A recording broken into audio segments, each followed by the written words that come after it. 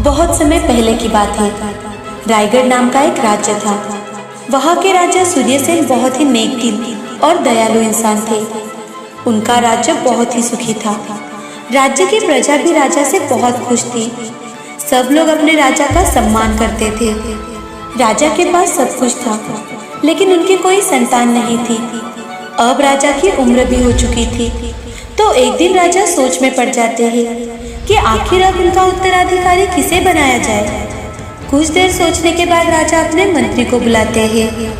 मंत्री जी, पूरे राज्य में ये घोषणा कर दो, जिसे भी राज्य का उत्तराधिकारी बनना होगा, कल सुबह वो सब लोग महल में उपस्थित रहे। जी महाराज। मंत्री राजा के आदेश अनुसार गांव में अपने सेवकों को संदेश लेकर भेजते हैं। सुनो सुनो सुनो, राजा ने घोषणा की है, जिसे भी राज्य का भावी उत्तराधिकारी बनना है, वो सब कल सुबह महल में उपस्थित रहे। सुनो सुनो सुनो। दूसरे दिन गांव के कुछ नौजवान महल में उपस्थित रहते हैं, तो उन्हें देख राजा, नौजवानों, मैं तुम्हें एक थैली दे रहा हूँ, उसमें कुछ बीज है। 6 महीनों बाद आप सभी मुझे आकर मिलना और अपने अपने पौधे साथ लेकर आना। 6 महीनों बाद हम सब यही इकट्ठा होंगे और तब मैं ये तय करूंगा कि राजगढ़ का अगला शासक कौन होगा। सभी नौजवानों को एक एक बीज की थैली दे दी गई। सब लोग बीज की थैली लेकर खुशी खुशी अपने घर पहुंचे। उन सब में विक्रम नाम का एक गरीब लड़का भी था, जो अपनी माँ के साथ रहता था। सभी नौजवानों ने घर जाकर अपने अपने बीज गमलों में बो दिए और उनकी देखभाल करने लगे।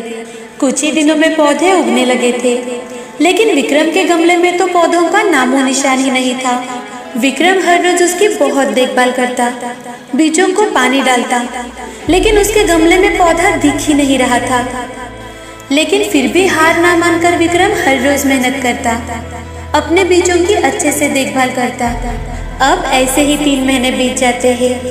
कुछ लड़कों के पौधों पर तो फूल भी आए थे, और ये देख विक्रम एक दिन अपनी माँ से, माँ देखो ना, सबके गमलों में पौधे कितने खिल उठे हैं और मेरे बीजों में से तो कोई पौधा ही नहीं आया। बेटा, तुम चिंता मत करो, तुम पूरे 6 महीने तक इस बीज का अच्छे से ख्याल रखो। लेकिन माँ, सब लोग मुझ पर हंसते हैं, मेरा मजाक उड़ाते हैं। हंसने दो बेटा, तुम सिर्फ अपना काम पूरी ईमानदारी और मन लगा कर करो। अब ऐसे ही कुछ दिन और बीत जाते हैं। सबके पौधे अच्छे से लहराने लगते हैं। अब गांव के बुजुर्ग लोग भी विक्रम का मजाक उड़ाने लगते हैं। सभी उसे कहते हैं कि बेकार में मेहनत करता है, लेकिन फिर भी विक्रम ने हार नहीं मानी। विक्रम लगातार उसके बीजों की देखभाल करता रहा, और देखते ही देखते 6 महीने बीत गए और राजा ने फिर से सभी को महल में इकट्ठा होने का आदेश दिया। तभी विक्रम सोच में पड़ जाता है,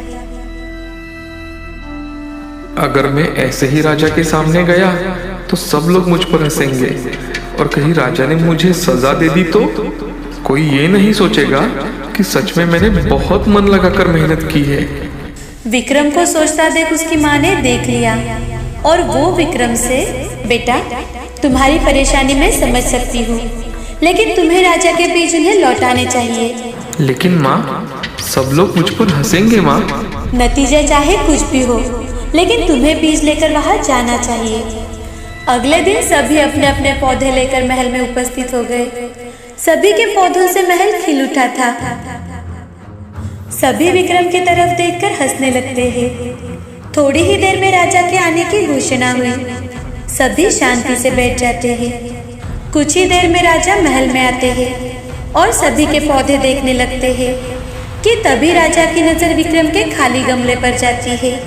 और राजा, अरे क्या हुआ, तुम्हारा गमला खाली क्यों है आखिर? महाराज, मैं इसे रोज पानी डालता था, धूप दिखाता था। मैंने 6 महीनों तक पूरी ईमानदारी से मेहनत की है महाराज, लेकिन इसमें से पौधा उगा ही नहीं। बेटा, तुम्हारा नाम क्या है? विक्रम महाराज। राजा विक्रम की ओर देखकर मुस्कुराते हैं और बाकी पौधों को देखने आगे बढ़ जाते हैं। सभी पौधों को देखने के बाद राजा सबको संबोधित करते हुए, आप लोगों ने खुद को साबित करने के लिए कड़ी से कड़ी मेहनत की। ज्यादातर लोग किसी भी कीमत पर राजा बनना चाहते थे, लेकिन एक लड़का यहाँ खाली हाथ चला आया। विक्रम, तुम यहाँ मेरे पास आओ। राजा के ऐसे कहते ही विक्रम को सबके सामने जाना कुछ अजीब सा लगा, लेकिन वो धीरे धीरे आगे बढ़ने लगा। जैसे ही राजा ने उसके गमले को उठाकर सबको दिखाया तो सभी उस पर हंसने लगे। सब लोग शांत हो जाइए। 6 महीने पहले मैंने आपको कुछ बीज दिए थे और मैंने तुम्हें अपने अपने पौधे अपने साथ लाने को कहा था, लेकिन मैंने आपको जो बीज दिए थे वो सब बंजर थे। आप चाहे उसकी कितनी भी देखभाल करते, उसमें से कुछ भी नहीं निकलता। लेकिन अफसोस है, आप सबके बीच में सिर्फ विक्रम ही खाली हाथ उपस्थित हुआ। आप सबको उससे कुछ सीखना चाहिए। पहले तो उसने पूरी ईमानदारी दिखाई और लोगों की तरह कुछ न निकलने पर दूसरा बीज नहीं लगाया, और तो और खाली गमला लेकर यहाँ आने का साहस भी दिखाया, ये जानते हुए भी कि लोग उस पर कितना हंसेंगे और उसे अपमानित होना पड़ेगा। राजा के ऐसे कहते ही महल में एकदम से शांति फैल गई और सभी नौजवान एक दूसरे की ओर देखने लगे। मैं घोषणा करता हूँ कि विक्रम ही रामगढ़ का अगला राजा होगा और यही उसकी ईमानदारी का असली इनाम है।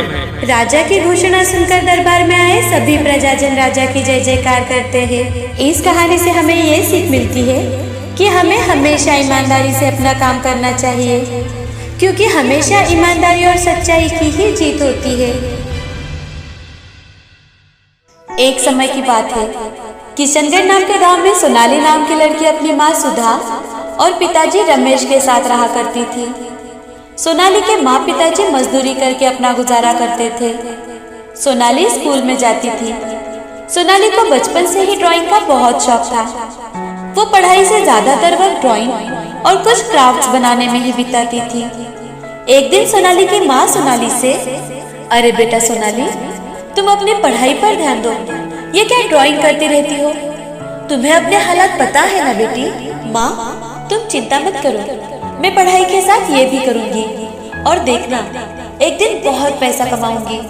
हाँ मेरी लाडली बेटी, तुम जरूर अपना सपना पूरा करोगी, मुझे तुम पर पूरा भरोसा है। खाना खाकर सब सो जाते हैं। ऐसे ही कुछ दिन बीत जाते हैं। अब सोनाली स्कूल के साथ साथ अपनी सहेलियों के हाथ तथा अपने आसपास की औरतों के हाथों पर मेहंदी लगाती है।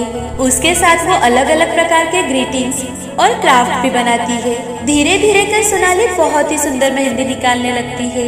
एक दिन सोनाली की दोस्त माया उसके घर आती है और वो सोनाली से, सोनाली, मुझे एक शादी में जाना है और हाँ, मुझे सिर्फ और सिर्फ तुम्हारे ही हाथों से मेहंदी निकालनी है। हाँ माया, जरूर, क्यों नहीं, आओ मैं तुम्हें अभी मेहंदी निकाल कर देती हूँ। सोनाली माया के हाथों पर बहुत ही सुंदर मेहंदी निकाल कर देती है। सोनाली मेहंदी के साथ साथ रंगोली भी बहुत अच्छी निकालती थी। अब ऐसे ही कुछ साल बीत जाते हैं और सोनाली बड़ी हो जाती है। वो अपनी पढ़ाई भी पूरी कर लेती है और एक जॉब भी करने लगती है। एक दिन रमेश का दोस्त रघु घर आता है। अरे रमेश भाई, घर पर हो क्या? अरे रघु चाचा, आओ ना, बहुत दिनों बाद आना हुआ आपका। अरे सोनाली बिटिया, कैसी हो तुम? मैं ठीक हूँ चाचा। तभी रमेश वहाँ आता है। अरे रघु, तुम आओ आओ, बहुत दिनों बाद आना हुआ। अरे हाँ भाई, काम में व्यस्त रहता हूँ आजकल। आज कुछ खास काम से आया हूँ तुम्हारे घर। खास काम? अरे हाँ रमेश, मैं सोनाली के लिए मेरे बहन के लड़के का रिश्ता लेकर आया हूँ। सूरत शहर में अच्छी नौकरी करता है और उसके माँ पिताजी गांव में रहते हैं। लड़का बहुत अच्छा है। अगर तुम कहो तो मैं इस रविवार को उसको बुला लेता हूँ। अरे वाह, ये तो बहुत अच्छा है। मैंने सूरज को खुद देखा है और दीदी को तो मैं बहुत अच्छे से जानता हूँ। अच्छा, तो मैं उनको इस रविवार को बुला लेता हूँ। चलो अब मैं चलता हूँ, बहुत काम पड़े हुए हैं। ऐसा कहकर रघु वहाँ से चला जाता है। रमेश और सुधा बहुत खुश हो जाते हैं। अगले ही रविवार सूरज अपने माँ पिताजी के साथ सोनाली को देखने आ जाता है। सूरज को सोनाली देखते ही पसंद आ जाती है और कुछ ही दिनों में उनकी शादी हो जाती है। शादी के कुछ दिन बाद सूरज सोनाली को लेकर शहर चला जाता है। एक दिन सोनाली सूरज से, सूरज क्यों ना मैं भी ऑफिस जाना शुरू कर दूं? घर पर बैठे बैठे बोर हो जाती हूँ दिन भर। सोनाली, तुम्हें जो करना है वो तुम कर सकती हो। मैं हमेशा तुम्हारे साथ हूँ। अब सोनाली भी ऑफिस जाने लगती है। एक दिन सोनाली के ऑफिस में प्रोग्राम होता है। उस प्रोग्राम में सोनाली बहुत ही सुंदर रंगोली निकालती है।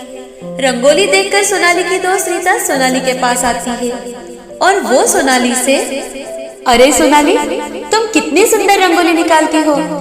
सोनाली, तुम्हें तो मेहंदी भी निकालनी आती होगी।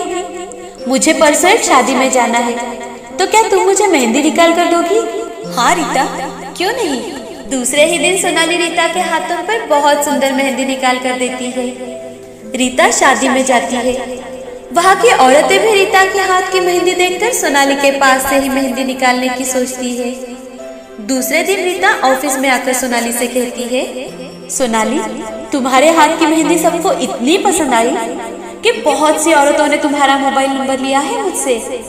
मैं सोच रही थी कि क्यों ना तुम अपना मेहंदी का पार्ट टाइम काम शुरू करो, तुम्हें बहुत फायदा होगा उससे।